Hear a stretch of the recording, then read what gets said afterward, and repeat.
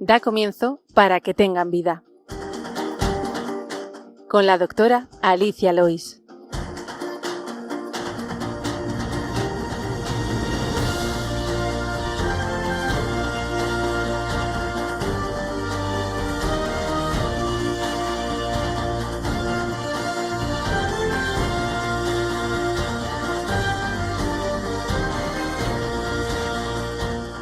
Muy buenas, queridos oyentes de Radio María, bienvenidos al programa Para que tengan vida, dedicado a la medicina, a la salud y a la enfermedad. Les habla Alicia Lois, médico de familia, y en el control de sonido me acompaña mi padre, José Luis Lois, como siempre echándome una mano. En este tiempo de Pascua, en este programa de hoy vamos a tener varias secciones. En el problema médico de hoy tendremos un comentario sobre la psicología detrás de la aplicación de la eutanasia a propósito de la muerte de Noelia hace unas 3 semanas aquí en España. En la segunda parte del programa tendremos todo lo contrario, un canto a la vida con Álvaro Gutiérrez de Caviedes, padre de una niña que murió a los 6 meses en la UCI de La Paz. Nos contará así su experiencia. En la sección de fármacos hablaremos de la notificación de reacciones adversas a medicamentos, y en la sección de medicina y cultura María Alonso Aguilera nos hablará de la lección de anatomía del Dr. Tulp. Les recordamos que tienen varias vías para contactar con nosotros. Pueden escribir sus preguntas al correo del programa, que es paraquetenganvida@radiomaria.es. También pueden escuchar nuestros programas, que están colgados en la sección de podcast de la página web de Radio María, así como en las plataformas de podcast habituales, Spotify, Google, Apple y Amazon. Ahora les invitamos a continuar en la sintonía de Radio María y empezamos.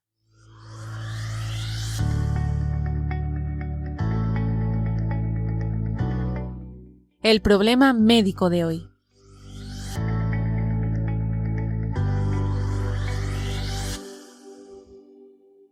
Pues a las 3 semanas del fracaso que fue como sociedad la muerte de Noelia, esta chica que recibió la eutanasia y se podría decir el suicidio asistido, me gustaría analizar, aunque este no es un programa de psicología, ha ejercido una doctora este acto, como quieran llamar, que desde luego para mí no es médico, pero sí que me gustaría hacer una analítica desde el punto de vista psicológico de cómo se ha tratado este tema y cómo puede la mente humana, ¿no?, de una doctora que en teoría, bueno, pues estudiamos para salvar vidas y evitar que haya una muerte. Basándome en una psicóloga que me gusta mucho, que se llama Menchu Psicóloga, que está en YouTube, he analizado, bueno, pues me gusta mucho su análisis, que habla de imaginar, ¿no?, en una habitación de un hospital de cualquier lugar de España, una médica que entra, canaliza una vía, administra 3 fármacos. Al otro lado de la aguja, una persona joven, y de repente su vida es interrumpida. Todo protocolizado, todo aparentemente legal, no vamos a hablar de leyes, no vamos a hablar incluso, ni siquiera, aunque estamos en Radio María, de religión ni de política. Vamos a hablar de la maquinaria biológica, de la culpa y de cómo psicológicamente una doctora puede llegar a vivir esto y que en su vida no se haga un roto, ¿no?, en su cabeza. Preguntarnos qué ocurre exactamente, porque yo sé de verdad que me lo pregunto cuando veo a compañeros que hacen esto, qué ocurre en la mente de un profesional cuya vocación es salvar vidas en el preciso instante en que pulsa el émbolo para terminar con una de ellas. El juramento hipocrático no es una sugerencia. Ya hablamos del tema de la eutanasia con toda la extensión de un programa hace tiempo con Martín Sellés, presidente del Colegio de Médicos de Madrid.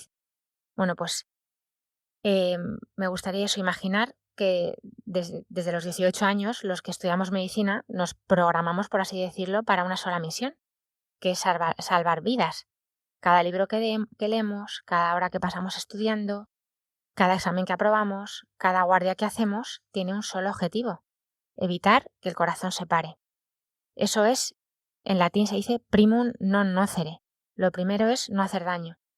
Y esto se convierte en parte de quién somos, no de lo que hacemos. Sin embargo, en el caso que hemos vivido aquí en España y que ha conmovido a parte del mundo, que podría ser perfectamente el caso de Noelia Castillo, nos encontramos con una figura médica que rompe este esquema. Una intensivista que, además de tramitar la muerte, es coordinadora de trasplantes. Psicológicamente, esto es un cortocircuito mental. Es el mismo cerebro gestionando la vida que se va y la vida que va a venir o las vidas que van a venir con esos órganos.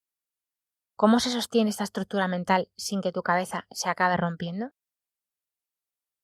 Cuando además pues vemos una situación tan delicada en la que el bien de la donación de órganos, que es un bien, se mezcla con un mal, ¿no? A cualquier precio. Para que un sistema funcione, ya sea un hospital o una multinacional, necesitamos siempre personas ejecutoras que sean capaces de realizar acciones a veces traumáticas bajo un paraguas de normalidad profesional. Y esto pues nos puede pasar a todos, no solamente a los médicos, en cualquier trabajo, en cualquier situación. El ser humano ha evolucionado para crear lo que llaman en psicología puntos ciegos morales, y esto es muy peligroso. Esto se basa en 3 estructuras de protección psíquica. Todos tenemos cuerpo y mente y claro, la mente es la que ejercita, ¿no?, estas decisiones. Entonces, una de estas estructuras que comenta Menchu, psicóloga, es la desconexión moral. Esto explica cómo una persona buena, que tiene valores, que tiene una familia, que tiene hijos, es capaz de hacer algo que le parecería prácticamente inaceptable sin sentir realmente culpa. ¿Y esto cómo lo hacen? Porque no ignoran lo que hacen. Lo que hacen es reencuadrarlo, cambiar el marco de su realidad para poder convivir con esa realidad, para poderse ir a dormir, entre comillas, tranquilos. Es fácil imaginar, por ejemplo, un cirujano, yo misma, ¿no?, cuando tengo que hacer una sutura, pues dar unos puntos o quitar un absceso, pues tengo que abrir y ahí hacemos un daño, cortamos con el bisturí. Y si le preguntamos si está causando dolor, pues yo digo, no, estoy curando, estoy quitando. Tengo que hacer un pequeño dolor para quitar un mal mayor, ¿no? Esa es una desconexión moral en estado puro y además sana. Esta sí que es sana, porque yo tengo que hacer algo de daño para poder hacer un bien mejor. Es necesaria para salvar vidas porque si no los cirujanos no lo harían, no abrirían un abdomen, no abrirían un tórax para tratar un corazón o una pierna, ¿no? Pero ¿qué pasa cuando una herramienta médica no se usa para curar, sino para detener un corazón? Pues ahí la mente humana tiene que hacer un malabarismo extremo. El médico ya no se dice estoy quitando la vida, sino que reencuadra y dice estoy aliviando el sufrimiento.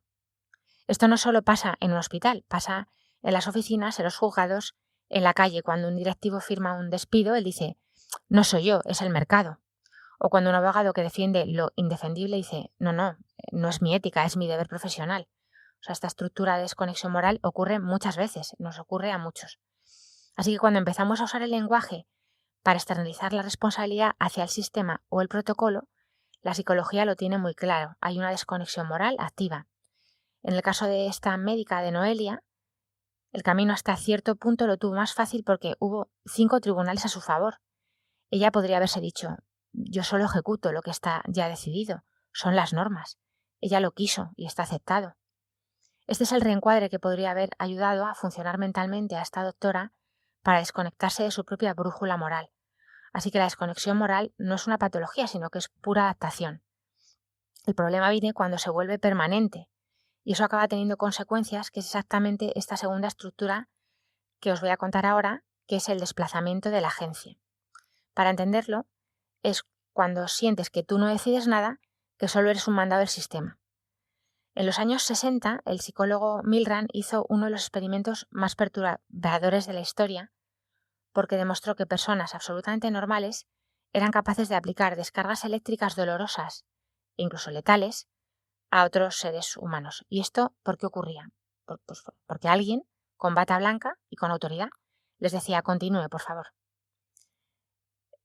Estas personas parecían monstruos, pero eran personas que habían apagado su propia voluntad para entregársela al sistema, para entregársela a esa persona con bata blanca. Cuando el bisturí lo mueve el protocolo, es más fácil sentir que tu mano no tiene ninguna culpa, que eres solamente el brazo ejecutor o la última pieza de un largo engranaje. En el caso de Noelia, la decisión pasó por una comisión médica, jueces, tribunales, Supremo, Superior, Tribunal Europeo, Derechos Humanos, muchas instituciones enormes. Cuando tú eres el médico que llega al final de esa cadena, con la aguja en la mano, ¿cuánta culpa puede creer tener esta persona? Pues seguramente esa mente dice ninguna, porque todo el mundo dijo que sí. Y ella estaba de acuerdo, ella quería. Yo solo soy la última pieza de la máquina. Esto no solamente ocurre en una habitación de un hospital o en un quirófano, pasa pues muchas veces en nuestras familias incluso. Es que nadie me para los pies, así que hay que fijarse en esta gente que rodea, ¿no? Cuando alguien dice que borra el yo de su vocabulario y siempre culpa a las circunstancias, a la empresa, a la vida, a la pandemia, a las guerras, pues ese desplazamiento de agencia está actuando. No se ven como dueños de su destino, sino como simples ejecutores. Así que ven el experimento de Milgram, ver experimentos. Así que con el experimento de Milgram, él dejó una frase para la historia. Dijo: la persona que obedece órdenes se ve a sí misma como el instrumento de la voluntad del otro y por lo tanto no se siente responsable. Esto honestamente, y aquí os lo analizo como digo con este análisis de Menchu psicóloga de YouTube, da escalofríos, porque todos hemos caído alguna vez en el famoso es que no me ha quedado otra opción. El mecanismo es exactamente el mismo, pero claro, en este caso se aplica en un contexto de vida o muerte. Podríamos también hablarlo, como ya se ha normalizado tantísimo con el tema del aborto, ¿no? Es que me viene mal, es que no puedo, es que yo no estoy preparada, es que tengo que estudiar, es que mi pareja no me apoya. Porque es tanto el desgarro psicológico que hay por ejemplo, en un aborto provocado, que la mente tiene que separarlo, ¿no? ¿Cómo hacen para poder seguir viviendo personas que ejecutan de esta forma, ¿no? Pues también hay una tercera estructura, que es la fatiga por compasión. Y es una estructura psicológica silenciosa y muy peligrosa. Es una fase más crítica que se denomina la anestesia empática. Figley, un investigador clave en los años 90, descubrió que quienes trabajaban cada día con el dolor ajeno, como podemos ser los médicos, acabamos creando un escudo interno. No es que seamos malas personas, decía Figley, no es que sean malas personas ni que tengan un corazón de piedra, es instinto de supervivencia. Su mente acaba amortiguando el impacto para que el dolor del otro no les acabe destruyendo a ellos. Mucha gente dice, ¿cómo lo soportas? Pues con estos mecanismos psicológicos de la anestesia empática. Los médicos de urgencia lo saben perfectamente, los forenses, los policías incluso, ¿no? Los bomberos, los guardias civiles. La exposición constante al sufrimiento extremo no te hace más fuerte, te hace distanciarte. La mente literalmente baja los plomos de los circuitos emocionales para que podamos seguir trabajando. Es una defensa necesaria. Hay que pensar por un momento qué significa entrar en una habitación donde está Noelia, ¿no? Una vida entera por delante que se detiene por decisión y un protocolo.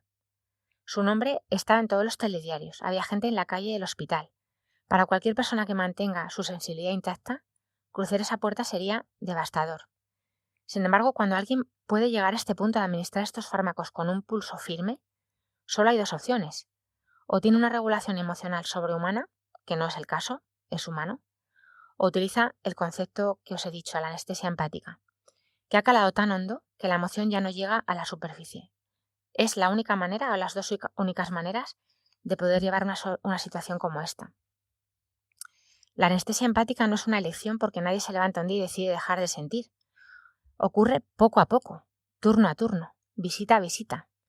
Como nos va ocurriendo a todos con esto que a veces tanto nos dice Monseñor Munilla, ¿no? Que nos están calentando la cazuela a la rana y no nos estamos dando cuenta. El problema es que cuando se instala, se confunde con la profesionalidad. Así que quiero que veamos cómo encaja todo esto. La desconexión moral te dice, lo que haces no es lo que parece. El desplazamiento de la agencia, que decía antes, dice, además, no eres tú quien decide, es el sistema, es el tribunal, es la ley. Y la anestesia empática te dice, tengo que desaparecer de la parte emocional para poder ejercer mi trabajo. Así que no se trata de juzgar a las personas y de entender también de qué les hace capaces de hacer esto que hacen. Pero yo quiero decir aquí, como hemos hablado también, se ha hablado en otros programas, Luis Zayas en su programa de Católicos en la Vida Pública, por supuesto Monseñor Munilla, de que estamos hablando de un suicidio asistido en una sociedad que aparentemente quiere evitar el suicidio. Digo aparentemente porque se nos llena la boca de protocolos contra el suicidio, de programas y de todo, y esto ha sido un suicidio asistido en toda regla. El Estado avala que una chica que no se quiere complicar la vida, que por supuesto tiene mucho sufrimiento, pero que no se ha tratado, se puede quitar del medio y nos metemos en esta pendiente resbaladiza que es la eutanasia. El caso de Noelia en España le dice a la juventud que ante el sufrimiento lo importante es la autodeterminación. Basta para validar así poner fin a la propia vida. Tu autodeterminación es suficiente. Ya ni siquiera hace falta una enfermedad terminal porque Noelia no la tenía. Lo importante es que ella es la única dueña de la vida y lo digo con toda la ironía, ¿no? Vemos con esta ley que en un primer momento parecía garantista, como lo era la del aborto en su primer momento, cómo poco a poco se va ampliando, se va metiendo en la mentalidad de la gente y yo de verdad lo veo en la consulta y me aterra. Como hay gente que viene a la consulta con sufrimiento y lo tiene como una opción. Lo tiene como una opción en el horizonte, ¿no? Y vuelvo aquí a recomendar el libro del Señor del Mundo que un sacerdote de 1913 escribió hablando de la último momento del mundo, un poco apocalíptico, es una eucatástrofe, como dice Diego Blanco, escritor católico, y cómo en 1913 ya este sacerdote católico, Benson, hablaba de la eutanasia y lo describe de una forma muy escalofriante a la vez que bonita, ¿no? Porque, bueno, leeroslo en la página 282 del libro, lo vais a entender cuando lo leáis. Esto que parecía, bueno, pues distópico se está convirtiendo en una realidad escalofriante. Y vemos como países que ya llevan con la eutanasia mucho tiempo, como Holanda, pues la gente no quiere ir a morir ahí a los hospitales. Dice, se viene a España, se viene a España, ahora ya va a dejar de hacerlo, claro, a este paso. Se va a otros sitios, porque dice, allí no me van a cuidar, allí me van a quitar del medio, porque yo voy a ser un problema, no voy a aportar beneficio. Es más barato que me quiten del medio, ¿no? Bueno, pues este era un poco mi análisis desde el punto de vista también psicológico del médico, que de verdad yo desde aquí rezo por los médicos que ejercen la eutanasia, que Dios mío les ayudes para que esta mentalidad de amnesia, de anestesia moral y de desconexión, pues vaya desapareciendo y seamos lo que de inicio quisimos ser cuando estudiamos la carrera, que era salvar vidas, evitar que los corazones se pararan.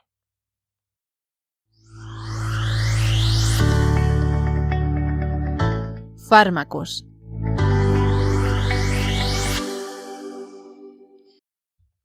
Estaría bien saber que todos los ciudadanos, los profesionales también, pero todos los ciudadanos tenemos la opción de notificar electrónicamente sospechas de reacciones adversas a medicamentos a través de la Agencia Española de los Medicamentos y Productos Sanitarios, la AEMS, que tiene un formulario electrónico mediante el cual pues todos podemos acceder a través de la página web www.notificaram.es con el objeto de que podamos directamente y de forma electrónica pues notificar sospechas de reacciones adversas a medicamentos que bueno pues que asociemos claramente con alguno de los medicamentos que hayamos tomado. A través de esta página, FEDRA, que es la Federación Española de Productos y de Medicamentos, reacciones adversas a medicamentos, puede ir cargando poco a poco la frecuencia y la rareza de sospechas medicamentosas, pues para reunir, cuando se van reuniendo casos similares, se identifica como una posible señal de nuevos riesgos que deben ser evaluados para tomar decisiones sobre medidas reguladoras respecto a las condiciones del uso de esos medicamentos. Esto nos ayuda a los profesionales a ir actualizándonos, porque tanto los medicamentos, sobre todo los nuevos, claro, porque son los que menos población ha tenido exposición y así podemos saber si verdaderamente un medicamento, pues en algún momento dado incluso hay que retirarlo, como ha ocurrido muchas veces pues cuando se han asociado a reacciones adversas de tipo cancerígeno o lotes sospechosos o lo que sea, ¿no? En ese sentido. Entonces, desde aquí, que nunca lo he dicho, pero lo recuerdo, si no lo he dicho, lo digo ahora, www.notificaram.es y se entiende por reacción adversa cualquier respuesta nociva y, por supuesto, no intencionada a un medicamento, tanto por exceso de uso, normalmente a dosis adecuadas, y además está disponible en las diferentes lenguas cooficiales y pues una vez completado el formulario se envía automáticamente y es totalmente anónimo, también hay que decirlo, ¿vale? Hay un formulario para ciudadanos y otro para profesionales sanitarios. Es verdad que si el notificador pertenece a una comunidad autónoma que dispone de un formulario electrónico propio, la web ya redirecciona automáticamente a dicho formulario y así es más fácil. Desde un punto único se puede notificar en todo el territorio español. www.notificaram.es para estas reacciones adversas a los medicamentos.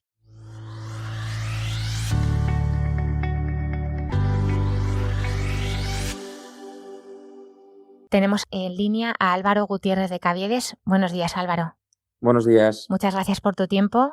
Álvaro le conocí en el Congreso de Médicos Católicos que estuve hace unas pocas semanas. Nos dio un testimonio a todos los que estábamos allí, que nos conmovió enormemente y yo le pedí que si le podría entrevistar en la radio y generosamente a mi disposición absoluta. Álvaro, cuéntanos. Bueno, en primer lugar, millones de gracias, Alicia, por invitarme. Ya me hace mucha ilusión estar en esta radio. Bueno, la verdad es que caí allí, como todo en la vida, de rebote y en lo que parece casualidad, pero luego nada lo es, porque básicamente, pues hace 2 años nuestra vida pegó un giro absolutamente inesperado. Para que me situéis un poco, yo soy un chico que tiene 40 años, estoy casado, tengo 5 hijos y estoy esperando mi sexto, que si no nace este fin de semana será el siguiente. Y nuestra vida cambió hace 2 años, pero si no os importa me voy a remontar incluso hace 38. Yo soy el pequeño de 10 hermanos, me quedé sin padre cuando tenía 1 año y 9 meses, aunque soy un chaval muy, muy normal. El cielo y la ausencia ha estado muy presente en mi vida siempre. Tengo una madre que vale por 3, y tengo 9 hermanos que son maravillosos, pero bueno, vivir en esa ausencia de que pues no hay nadie que... A tu padre no le puedes decir quién es la primera chica que te gusta, que te aconseje con tu primer trabajo. A mí esa ausencia y ese dolor lo he visto muchas veces suplido por cosas sobrenaturales y por cómo creo que Dios te habla, en mi caso a través de mis hermanos y a través de mi madre.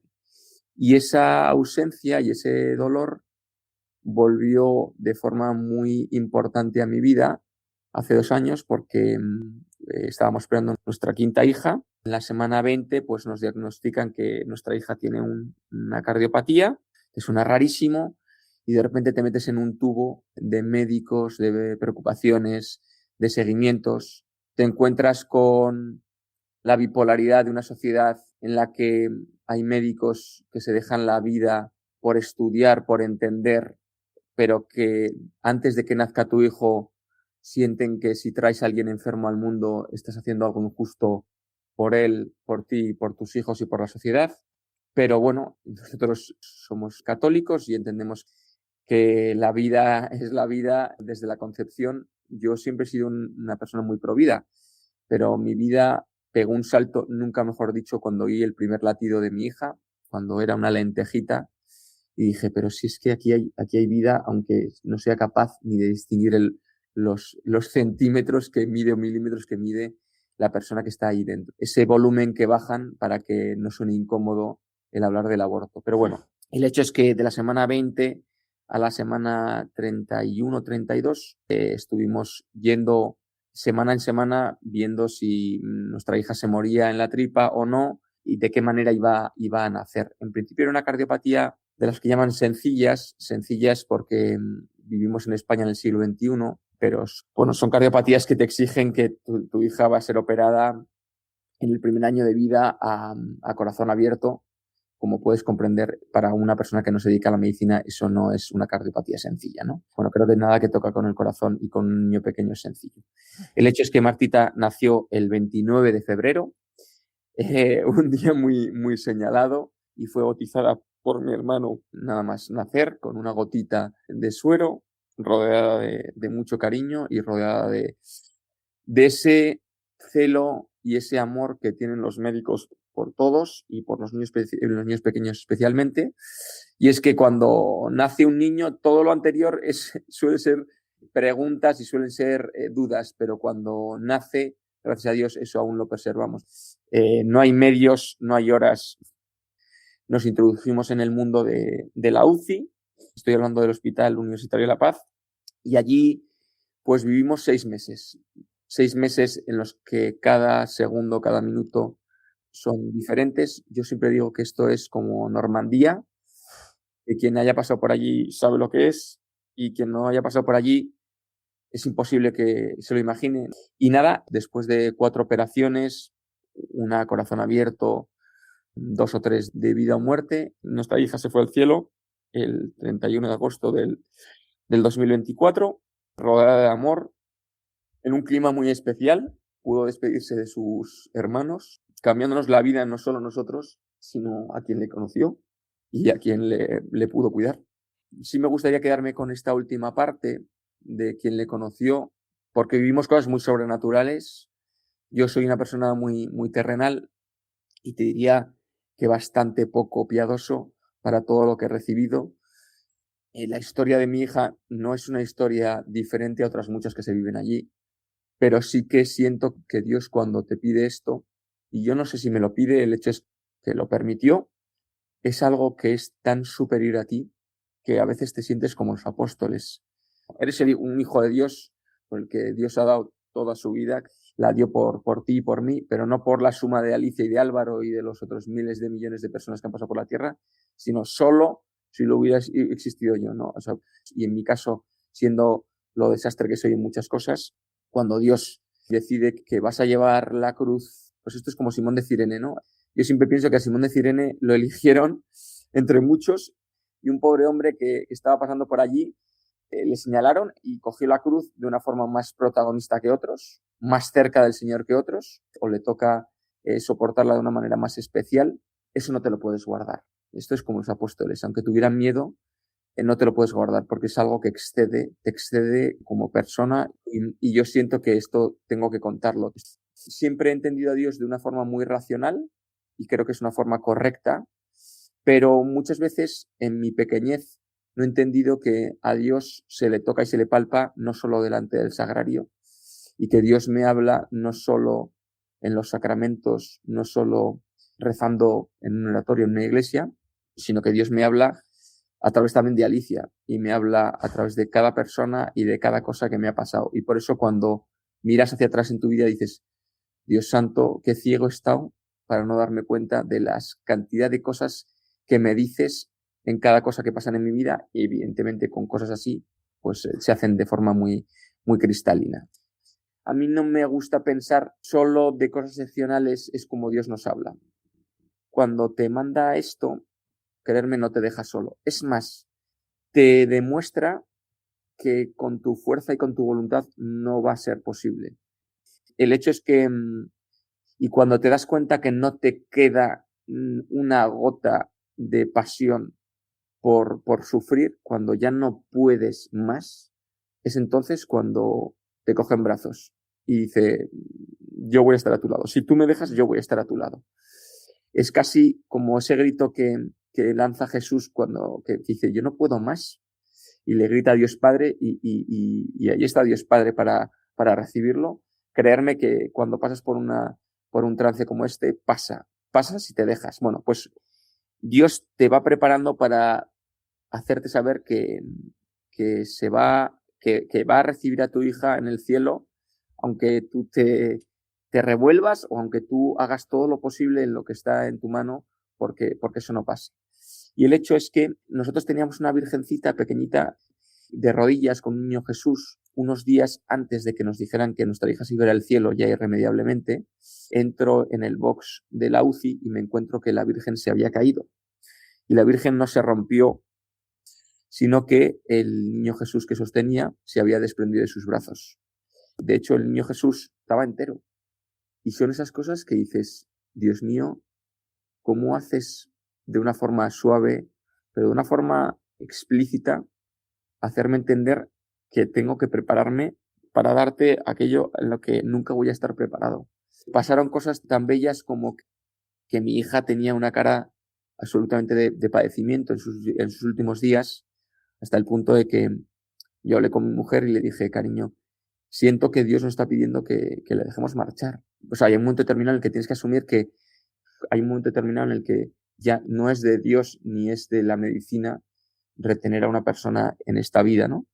Y yo le pedí a Dios, hazmelo fácil, hazme esta decisión de, con el respeto de los médicos, de dejarle marchar, hazme saber que estoy haciendo lo correcto. Pero cuando mi hija se fue, y la muerte es muy dura, se fue en nuestros brazos, la muerte es lenta, la muerte es fría, la muerte tiene un color, pero cuando mi hija se marchó, mi hija vivía pegada a una máquina que le permitía vivir con respiración y con 1000 cosas para que pudiera estar en esta vida. Cuando se marchó, le liberamos y le liberaron de todas esas ataduras, todas esas pegatinas, estaba entubada porque ya no podía respirar. Cuando se le liberaron y le pudimos ver la cara por primera vez en 6 meses, daros cuenta que yo a mi hija nunca pude ver su cara hasta que se murió, Dios me hizo un regalo muy grande. Y es que después del último aliento, que también existe, del último suspiro, y cuando lo ves en tu hija y en una niña tan pequeña, pues es algo que nunca perderé la cabeza, pero eso nunca me olvidaré de ello. Vi la paz y vi el descanso en mi hija. Fue otro regalo de Dios, como una cara que descansaba, como una cara que ya no tiene vida, tiene más descanso, más paz y más alegría que una vida latente. Ese fue el regalo que hizo Dios, después de confiarle para mí lo más sagrado. Sé dónde se va a ir, pero no lo voy a ver. Dios, hazme saber que mi hija está bien y que mi hija está en paz. Nos enseñaste allí en el Congreso, te pido permiso, voy a leer un cuadro que todo el mundo puede ver si va a la UCI de La Paz, bueno, está ahí dentro, no todo el mundo que entre, evidentemente, que les hiciste ese regalo, ¿no? A los médicos y a todo el hospital, porque fue la única casa de tu hija Marta. ¿Te parece bien si lo leo? Por contextualizarlo, soy una persona bastante inquieta, me gusta mucho el diseño. A 3 días de que se moría mi hija, yo no sabía qué día se iba a morir, pero es casi como una resurrección. Me desvelé y me levanté y me puse a escribir. Yo quería hacer algo que sirviera de regalo, algo póstumo para los médicos, para las enfermeras, pero también para los padres, y creerme que hay muchos que pasan por esa circunstancia. No que sus hijos se mueran, pero que sí que sus hijos padezcan en sus primeros días de vida. Y como las letras de la UCI muchas veces, pues unidad de cuidados intensivos, para mí esa va a ser la casa de mi hija para siempre. De hecho, no sé si algún día esto llegará a la señora Ayuso, ojalá que sí, pero con esa nueva Hospital de la Paz que van a hacer, no sé, yo le pediré que me deje llevarme algún ladrillo si derrumban esa parte, porque para mí no es solo la casa de mi hija, es mi casa y es un trozo muy importante de mi corazón. Pues en este cuadro, que ojalá lo mantengan entonces allí donde esté, decías: detrás de estas siglas y puertas automáticas verás muchas cosas, pantallas llenas de constantes, máquinas de todos los colores y funciones, personas que van y vienen, médicos, enfermeras, auxiliares, padres, bebés, vidas que se abren camino entre un sinfín de dificultades. Oirás miles de conversaciones, sonidos y nombres impronunciables. Verás correr, andar con prudencia, turnos que empiezan y acaban, guardias y consultas. Ninguna historia es igual. Toda persona es única, con segundos, minutos o días de vida.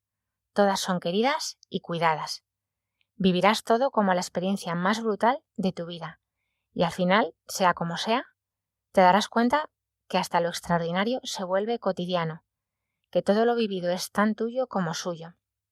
Sin darte cuenta, verás que la unidad de cuidados intensivos se habrá convertido desde ahora y para siempre en tu hogar, tu casa. No una cualquiera, la más especial. Una, increíble. Bueno, me ha costado un poquito leerlo, Álvaro? Porque la verdad es que para los médicos y los sanitarios es un regalo enorme que nos haces. Yo no estoy ahí, pero vamos, lo siento como también un poquito mío. Y también quería preguntarte cómo viviste la situación de los médicos que estuvieron con vosotros, ¿no? De los sanitarios, de los enfermeros, de los celadores, de todos los que veían también pues una familia cristiana que seguramente pues llama la atención. Yo creo que no puede no llamarla, no por ser mejor que nadie, sino porque tiene lo mejor, eso sí. Oye, millones de gracias por cómo lo has leído. Desde luego que leído por ti mejoras el texto y mejoras en la llegada al corazón, pero también a la cabeza.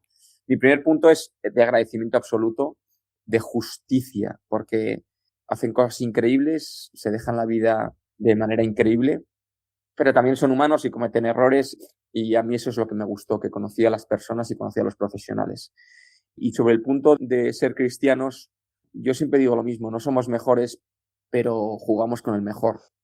Pero bajando al mundo de los médicos, que el agradecimiento parte no por cómo cuidaron a mi hija y cómo nos cuidan a todos, sino el agradecimiento parte primero de gracias porque hay chavales de 13, 14, 15 años que se están matando a estudiar más que sus compañeros por el celo de salvar vidas. Y lo hacen desde muy jóvenes. Porque creo que sois unos privilegiados, porque al final estáis trabajando con la imagen y semejanza de Dios, y estáis trabajando y curando y cuidando la creación más perfecta y más parecida a Dios. Vosotros la estudiáis, la queréis sanarla o por lo menos entenderla para ver cómo hacer que funcione de la mejor forma posible. Por lo tanto, mi agradecimiento no es solo por lo que hicisteis, sino por lo que hacéis y hacéis desde muy pequeños. Y tú lo has dicho también desde los celadores, porque creerme, para Martita, aunque no lo podía decir, pero sé que lo pensaba, os lo digo porque es una cosa que es súper curiosa. Mi hija, las constantes vitales, vivía todo el rato con constantes vitales medidas, creerme que ella sabía cuando entraba un médico, cuando entraba un celador a cambiarle su biberón, que lo tomaba por sonda. Creerme porque se notaba. ¿Qué les diría a los médicos, aparte de las gracias? O sea, que tuvieran tanto celo por aprender que por entender. En un mundo en el que el dato manda, a veces como paciente puedes sentir que hay demasiado celo por saber que por entender, y por entender por lo que está pasando la paciente, pero también los pacientes, que son los padres. Me acuerdo que estábamos metidos en un programa de cuidados del bebé, porque quieren hacer partícipe a los padres, y te das cuenta de que teniendo involucrado al padre, la probabilidad de que el niño salga adelante es mucho mayor, ¿no? Y lo hago no solo porque cuiden a los pacientes, sino porque creo que estáis conviviendo con Cristo en la pasión. Mi hija, la incubadora donde vivió los primeros meses, y de verdad que eran como sagrarios. Y entonces quiero deciros a los médicos, pero a los médicos que creéis en Dios, que estáis tratando con el mismo Cristo, y que eso os haga no perder el foco de que lo importante es el paciente, no tanto todos los datos que se desprenden de ello, y que para quien está cerca del paciente, sentir que hay tanto celo por cuidar como por entender y por aprender es muy importante. Esa primera cosa que me gustaría compartir con vosotros. Segundo, en que no hay fracaso en no poder curar. Recuerdo perfectamente a Olga, una persona católica. Fue la persona que me dijo que mi hija se iba a morir. No solo que se iba a morir, sino que se iba a morir en los siguientes días. Nadie sabe nada, ¿no? Porque además hay un protocolo y te tienen que preguntar qué pasa si tu hija tiene un infarto, si tenemos que reanimarla o no. Es tan crudo como eso. Y recuerdo que tenía lágrimas en los ojos y me dijo, perdona porque hemos fracasado. Y yo, con lágrimas en los ojos, le contesté que el fracaso hubiera sido no intentarlo, pero no intentarlo desde que tenía 12, 13, 14 años. Esas tardes de sol como tenemos ahora, en las que se quedó en casa estudiando. En esas tardes en la universidad en la que alguien le dijo, vamos a tomarnos una cerveza malasaña, y ella siguió metida entre libros y post-its. El fracaso está en no levantarse cada mañana y decir, vamos a hacer todo lo posible. El fracaso está en mentirle al padre diciéndole no la verdad. Hay muchos fracasos, pero Dios nos pide que curéis, Dios os pide que cuidéis, y Dios os pide que hagáis todo lo que está en vuestra mano para intentarlo. Pero sería una equivocación y sería abrazarse a la soberbia pensar que eso está en vuestra mano. y en no haber escuchado al paciente, en no haber escuchado a sus familiares, en no haber querido acompañar, en que ningún paciente, sea lo que sea, le duela un tobillo o se vaya a marchar al cielo, se sienta querido. Mirad, os voy a contar una cosa que alguien que no creía. Cuando mi hija se murió, después de la muerte también hay cosas muy feas, y es que tienes que firmar papeles, que a tu hija la tienen que lavar, vestir, llevársela a un sitio frío y sola. Es muy, muy duro. Pues mirad, se llamaba Lorena, aquella enfermera.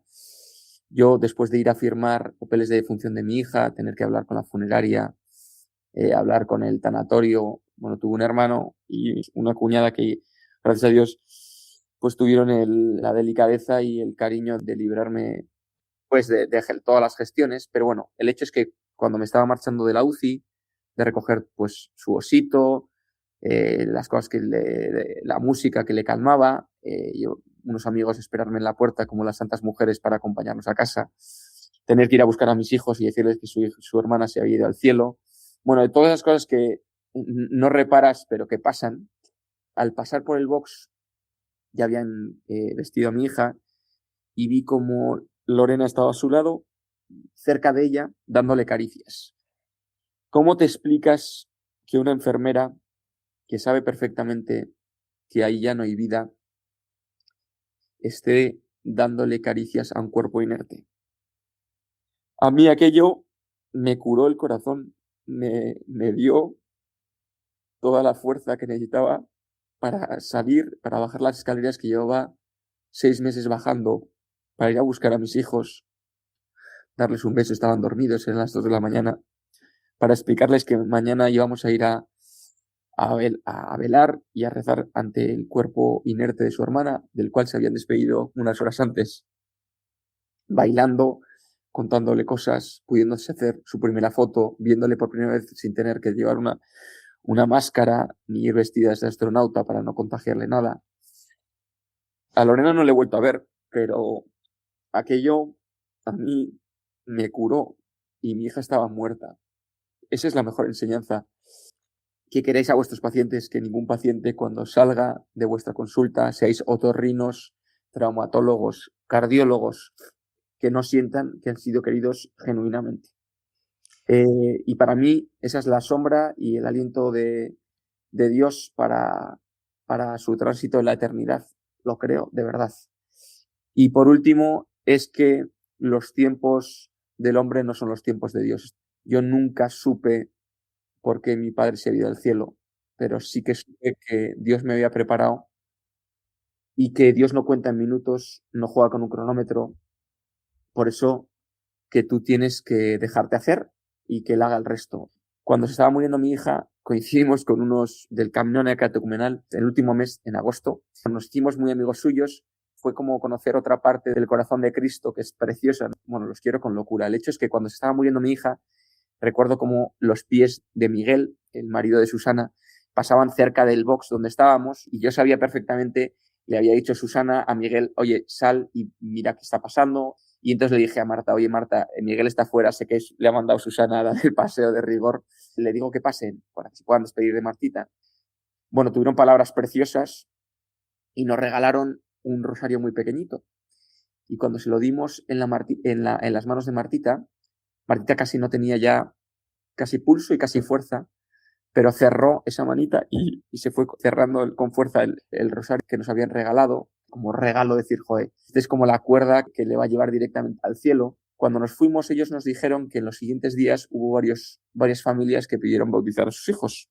Yo siento que el hablar de Dios nunca está de más, que hay que hablar de Dios con la humildad de lo poco que sabemos, pero de lo mucho que esperamos. Y que no hay más violencia que pensar que cuando vayamos al cielo, Dios nos diga, te puse ahí para que hablaras por mí y por miedo, por vergüenza, no lo hiciste. No quiero que nadie se quede con una palabra porque de verdad es como habla Dios. Dios habla así. Si Dios pone algo en tu corazón, no lo calles. A tiempo y a destiempo. Muchas gracias, Álvaro. Me estaba acordando al oírte de, seguro que lo conoces, el libro Nacemos para no morir nunca, de Chiara Corbella Petrillo. No sé si lo conoces. No, no lo conozco, Pues, pero me lo apunto. Pues Nacemos para no morir nunca. Bueno, pues no te lo voy a estripar, pero ella misma decía, en manos de Dios, un minuto, una hora, un día, un mes es una vida. ¿Cuántas veces queremos quitar el sufrimiento de nuestra vida y cuando te dan un diagnóstico de una cardiopatía en la semana 20, a mí me han venido madres que le han dicho a los médicos, puedes firmar aquí el proceso del aborto, ¿no? Como si eso fuera la opción solamente. Y quitar el sufrimiento de nuestra vida nos está privando de esta vida en abundancia que nos acabas de plasmar. Álvaro, te lo agradezco muchísimo. Que sigas siendo tan buen padre para esa familia preciosa, esos 5 hijos que ahora tienes. Álvaro, muchísimas gracias. Álvaro Gutiérrez de Caviedes. Que Dios te bendiga. Muchísimas gracias, Alicia, por la invitación, y me quedo con ese punto de que seamos apóstoles de verdad. Pensar que 12 personas que eran pescadores y eran bastante paquetes. La liaron. Me hace gracia porque el Evangelio no escatima ejemplos en ello, que además tuvieron el contacto con Cristo. A veces les faltó fe, pero con el soplo del Espíritu Santo cambiaron el mundo. Así que en ello estamos. Álvaro, este hombre que ha hecho de la UCI una casa increíble. Medicina y cultura. En esta sección de Medicina y Cultura que a veces tenemos, hoy nos vuelve a acompañar María Alonso Aguilera. Buenos días, María. Buenos días. Profesora de Historia y de Historia del Arte, apasionada de la medicina, que yo conocí en mi parroquia porque nos daba charlas de arte y pensé, que bien habla esta mujer también de los enfermos en el arte. Aunque de este cuadro que vamos a hablar ya hablamos en la primera temporada de nuestro programa con la traumatóloga, con Mónica, que vino a hablar de un poco de anatomía en general, hoy nos vas a volver a traer, porque desde la mirada de una profesora de Historia del Arte seguro que hay algún detalle, y además que es una maravilla el cuadro, de la lección de anatomía del Dr. Tulp, un cuadro de Rembrandt maravilloso, en el que se está haciendo una autopsia, una clase de autopsia, y también que tiene algunos errorcillos que tú nos vas a comentar. Bueno, pues muy buenos días. Yo creo que es la obra, ¿no?, más famosa sobre tema médico de la historia del arte. Y se lo merece porque es maravilloso. Es una obra, Rembrandt aquí tiene unos 26 años, 26, 27 años solamente, está en La Haya. Y el doctor Tulp era un médico, es muy interesante porque es un reconocido médico y además, no sé cómo lo haría, pero concejal del ayuntamiento. O sea, además de médico, concejal del ayuntamiento. No era cirujano, no era anatomista. Sin embargo, era un médico muy interesado en conocer los cambios que produce la enfermedad en los distintos órganos y la causa de la muerte de las personas. Era una cuestión de interés, y no era tanto una prescripción no era una necesidad de su trabajo, era un sentido de la curiosidad. De hecho, a partir del siglo XVII se empieza a cuestionar, ¿es válido o no?, la teoría de los humores, de los 4 humores, que viene ya desde los griegos, como casi todo, como causas posibles de enfermedad, ¿no? Los 4 fluidos, la sangre, la flema, la bilis amarilla y la bilis negra. Pues bueno, ¿esto será verdad o será un cuento se cuestiona esto? Y a partir de ahí va a haber muchos médicos inquietos, como el doctor Tulp, y curiosos que van a dedicarse a realizar autopsias para ver cuáles son la etiología, las causas de la muerte, ¿no? El doctor Tulp era, por lo tanto, de este grupo.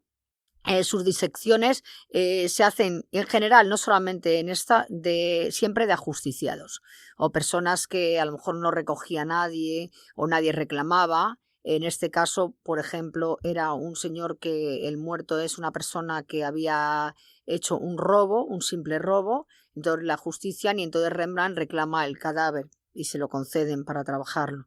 Reúne, como vemos aquí en la obra, una serie de personajes alrededor de una mesa llena de detalles. El personaje del fondo está sosteniendo una lista donde aparecen todos los asistentes a la reunión, todos los asistentes a la clase, y el que aparece en un extremo a la izquierda es un añadido posterior del propio Rembrandt, pero que lo añade al cuadro posiblemente porque eso es lo que se llama un cuadro de en general, ¿no? Como a las orlas de la universidad ahora, pues lo mismo. Entonces, cada uno ha pagado el dinero concreto por aparecer y entonces él se incorpora después, le paga y entonces Rembrandt lo añade. A los pies del cadáver aparece el libro enorme, maravillosamente pintado de anatomía de Vesalio, que es una obra revolucionaria en cuanto a la anatomía, y Tulp está realizando la disección de los músculos flexores de los dedos. Todos los oyentes aparecen atentos o algunos menos que otros y hay uno que es pelirrojillo que aparece con una mirada más bien centrada en la mano del doctor Tulp, que lo que está haciendo es para explicar bien a los alumnos, ayudar a la comprensión, es reproducir los movimientos de flexión con su propia mano. O sea, mirar lo que pasa y lo hace él. Y entonces el pelirrojo mira atentamente ahí. Esto no es una forma de lógica de emprender una autopsia, pero lo que le interesaba a Rembrandt no era la autopsia, sino la luz. Entonces la forma en que cae la luz sobre el cuerpo de la persona que ha fallecido, pues va a destacar, por supuesto, mucho más, dejando todo el cuerpo sin abrir. Como se debería hacer en otra autopsia que tiene él también, de el cuadro de la lección de anatomía del doctor Daiman, que aparece la tapa craneal abierta y también el tórax. Aquí se trata de un lucimiento que va a suponer la consagración del pintor. El cuadro le encantó a Tulp, de hecho le trajo un montón de clientes, 10 retratos, le van a encargar a Rembrandt a partir de ahí, o sea, es el inicio, digamos, de la prosperidad en su carrera, etcétera. Luego hará, lo que les digo, el de la lección de anatomía segunda, que es 20 y tantos años después, que bueno, se ve muy mal porque en el siglo XVIII sufrió un incendio y lo ha dejado muy incompleto, pero toma como referencia el Cristo muerto de Manteña, maravilloso, con los pies en primer plano y en escorzo.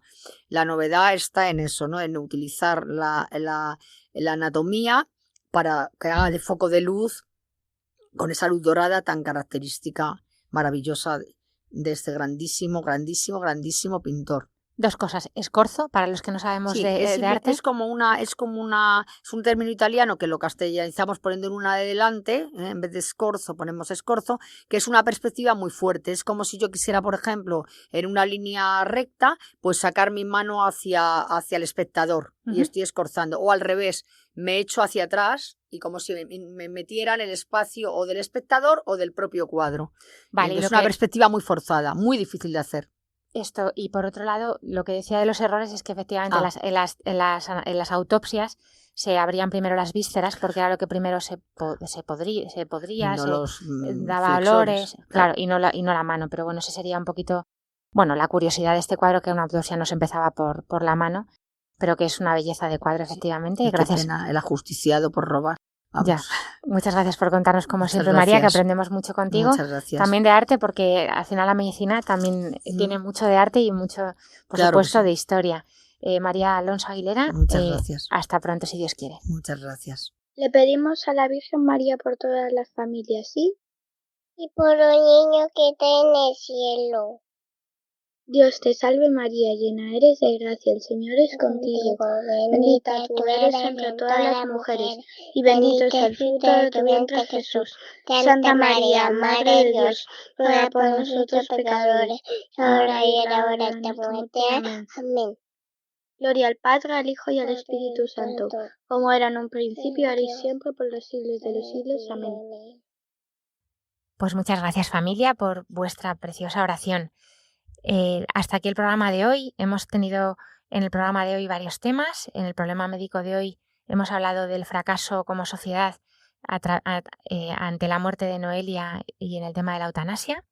Hemos hablado, por el contrario, la segunda parte de este canto a la vida, esta familia con Álvaro, su padre, que nos ha contado la experiencia en la UCI de este bebé que murió a los 6 meses, Martita, y que desde luego trajo mucha vida en su cortita vida. Y en la última parte del programa hemos hablado de medicina y cultura con María Alonso de un cuadro dedicado a una autopsia de un cadáver.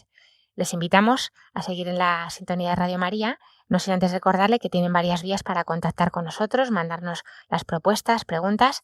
Pueden escribir sus preguntas al correo del programa, que es paraquetenganvida@radiomaria.es, y escuchar nuestros programas colgados en la sección de podcast en la página web de Radio María, así como en las plataformas de podcast Google, Apple, Spotify, Amazon Music, etc. Gracias, José Luis Lois, como siempre, en el sonido, a todo el equipo de Radio María, sin el cual no sería posible, a todos los oyentes, por supuesto, y les invitamos a continuar en la sintonía de Radio María y que Dios les bendiga.